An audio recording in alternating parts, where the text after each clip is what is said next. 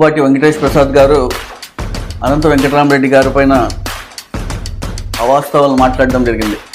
అయ్యా దగ్గుబాటి వెంకటేష్ ప్రసాద్ గారు, మీరు మాట్లాడే ముందు వాస్తవాలు తెలుసుకొని మాట్లాడితే బాగుంటుందని చెప్పి నేను పదే పదే ఎన్నోసార్లు మీకు చెప్పాను. మీరు అధికారంలోకి వచ్చి 16 నెలలు అవుతుంది.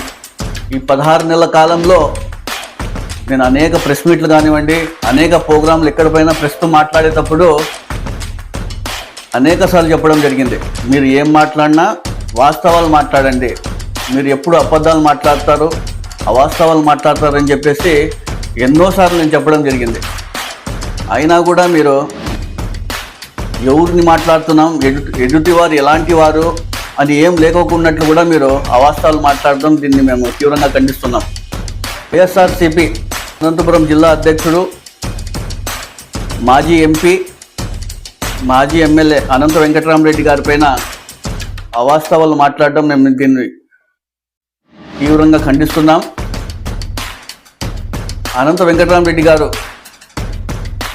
4 సార్లు ఎంపీగా, 1 సారి ఎమ్మెల్యేగా, 30 సంవత్సరాలు ప్రజాప్రతినిధిగా, అదేవిధంగా అనేక పదవులు అనుభవించిన గొప్ప వ్యక్తి.